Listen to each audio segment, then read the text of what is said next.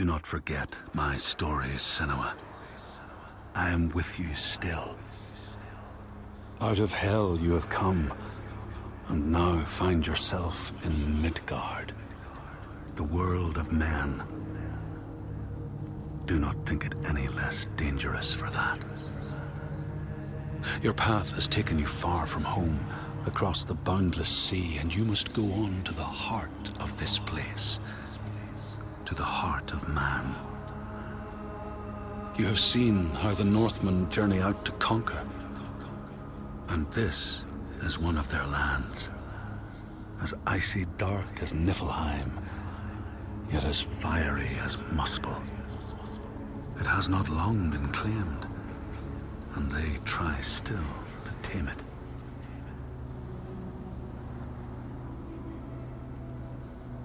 The Skald's verse speaks of a man called Grettir the Strong.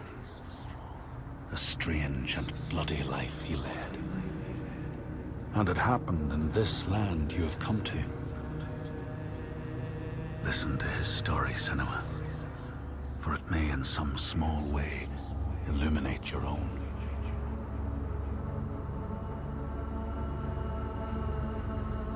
The Skalds say that in Grettir's time, a nearby farm was plagued by hauntings. A shepherd called Glamour was killed by some evil force, found dead in the snow, bloated and black. His body could not be taken to burial, because he was held fast to the ground. So it was left. 3 days after his death, the body was missing.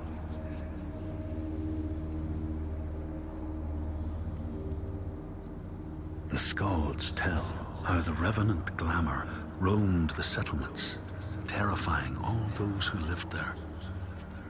Each one he killed, in turn, rose to walk beside him. Thus, evil begets evil. But the man Grettir was proud and overbearing, and thought the Droiger no match for his strength.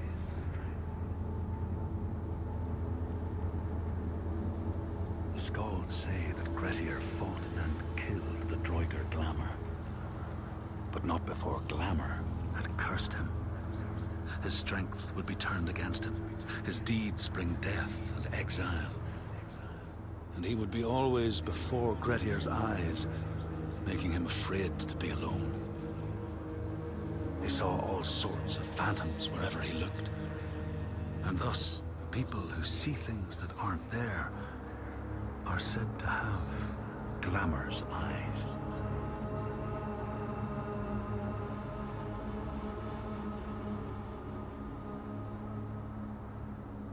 The Skalds tell how in the time of Grettir's kinsman Thorgrim, there was a terrible famine.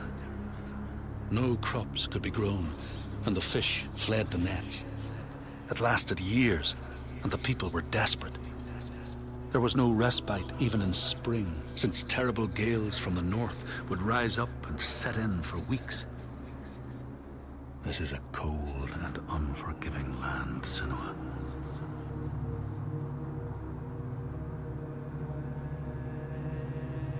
In the time of famine, at the place known as Rifskar, Thorgrim found a huge finback whale, beached and dead.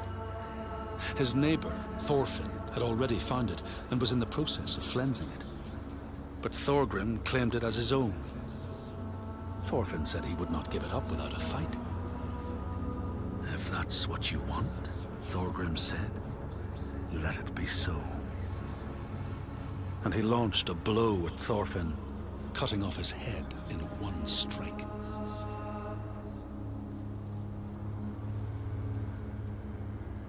The Skalds say that the neighbors fought, armed only with the knives and axes they had brought to cut up the whale, even picking out the whale ribs to beat down their enemies.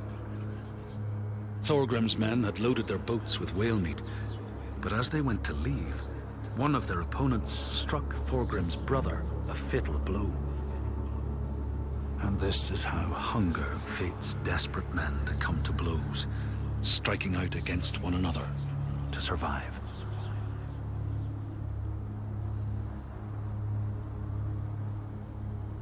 The Skalds speak of the time Grettir, traveling with some others, ran into rough weather and docked their boat on an island. They had not brought fire with them, and the merchants complained bitterly. Seeing a great fire blazing on the other side of the strait, Grettir said he would swim over to fetch it. He took off his clothes and struck out across the water, wearing nothing but a cloak.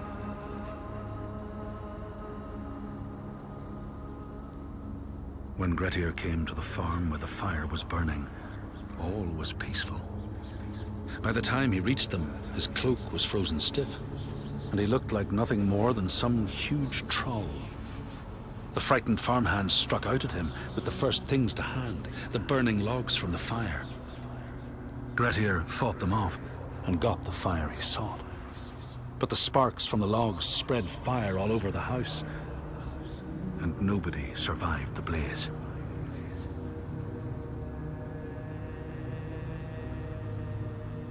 The Skalds say that Grettir swam back across the strait, keeping the fire safe from the water.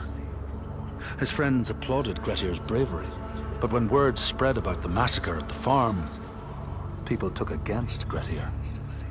Nobody wanted anything to do with him, and when the news reached the Althing in the summer, Grettir was pronounced an outlaw.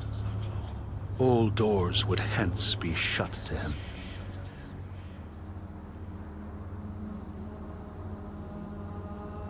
The Skalds speak of how Grettir, now an outlaw, took rest on the island of Haramsoy with a man called Audun. Grettir saw a great yellow glow like a fire rising from the ground. Audun told him it was coming from the burial mound of Kar the Old, who ever since he died had haunted the island, and warned him to stay away.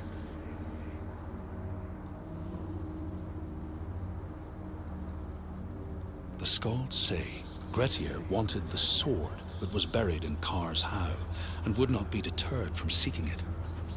He broke the mound open and started digging until he reached the timber props.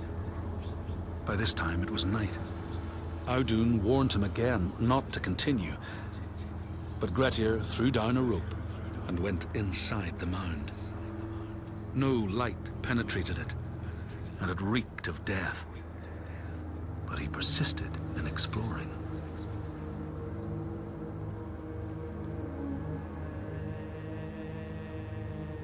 Grettir found the sword he was seeking, Kar's loom, buried in the grave mound. He went to leave, but before he could reach the rope, something grabbed him from behind, and Grettir realized the mound dweller would not let his treasure go. The two fought ferociously until Grettir got the advantage and chopped off the revenant's head. But Kar's loom would prove his undoing, fated to be the sword that killed him.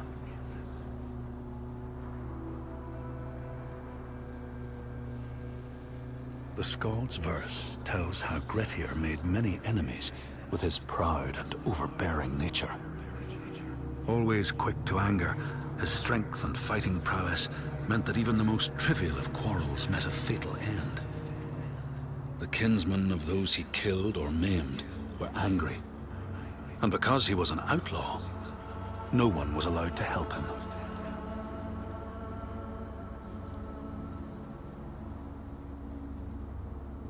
The outlaw Grettir fled to the island of Drangi.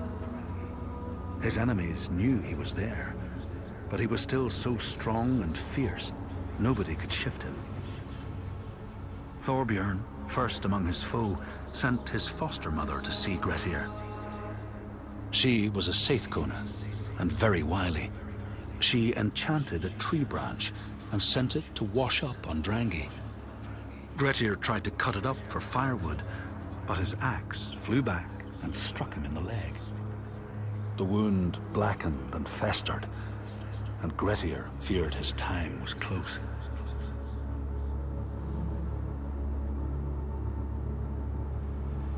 The Skalds say Grettir, wounded by Seithr, was now so weak it was possible for his enemies to defeat him.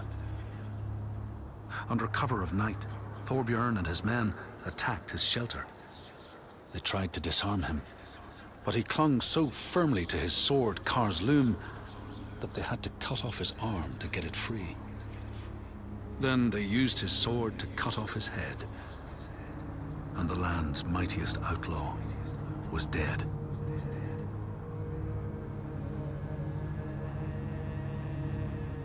As the Droiger glamour had predicted, all Grettir's brave and fine deeds brought him misery. So fate makes prisoners of us all. But it was Grettir's nature that made him fight the Droiger, and Grettir's nature that led to blood feud and exile. So what is truly our prison, Senua? Is our path ordained, and we powerless to change it? Or do we blame uncertain powers for what we ourselves ordain?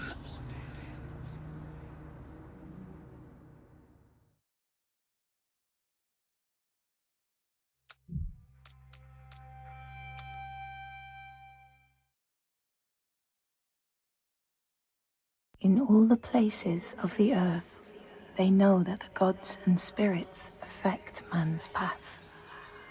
All the misfortune that befalls man lies at their feet. If you have eyes to see, you see their presence and their power. Keep your eyes open, traveler, and you might see their faces.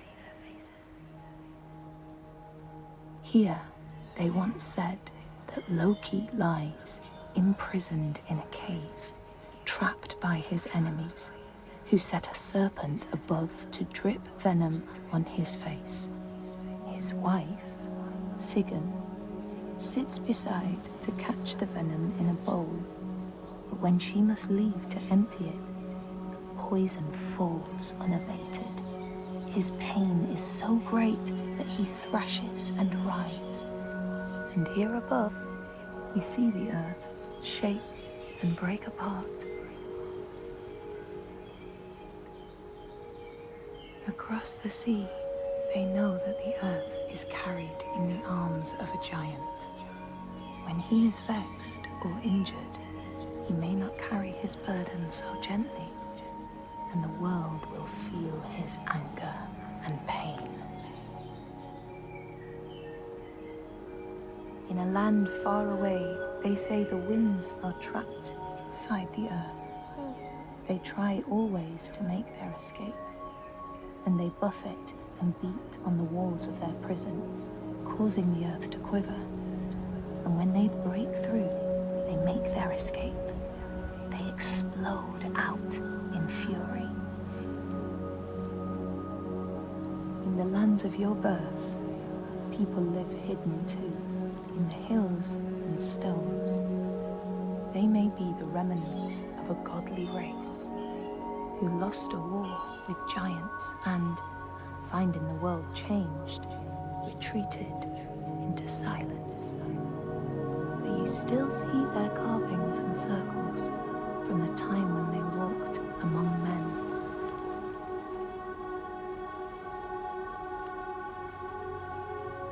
Here, they know that if times are harsh, you may ask of the hidden folk to share their bounty. And if you are strong and wise and good, they may hear your plea and send you aid. But if you are not, or if you do not respect the strictures they lay down, you might have your strife doubled.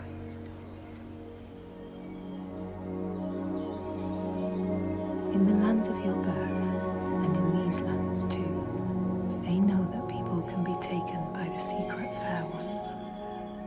If you are not careful and do not keep to the pathways, you may find yourself among them. In a land to the east, they know that when a traveler finds themselves lost, it is the fault of the Vadadash, who wait at the crossroads to trick souls passing by. The only remedy is to let your horse lead you home, because beasts have no souls. But if you have no horse, your soul is lost forever.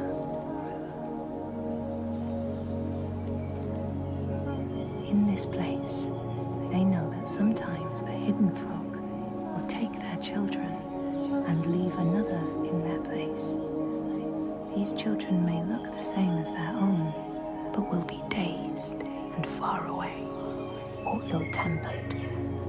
And you know then you have a changeling in your house.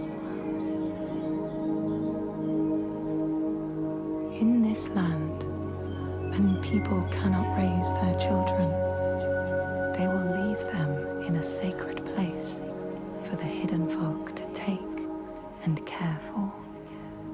Sometimes these children come back, but it is said that they are changed with a wildness in their eyes, and their parents do not want them. These people know that children who have died uncared for can return as Útburður, small ghosts clad in fluttering rags. When there are storms, they may cry as they did when they were human, and will look for their mothers until they find them, and never leave them again.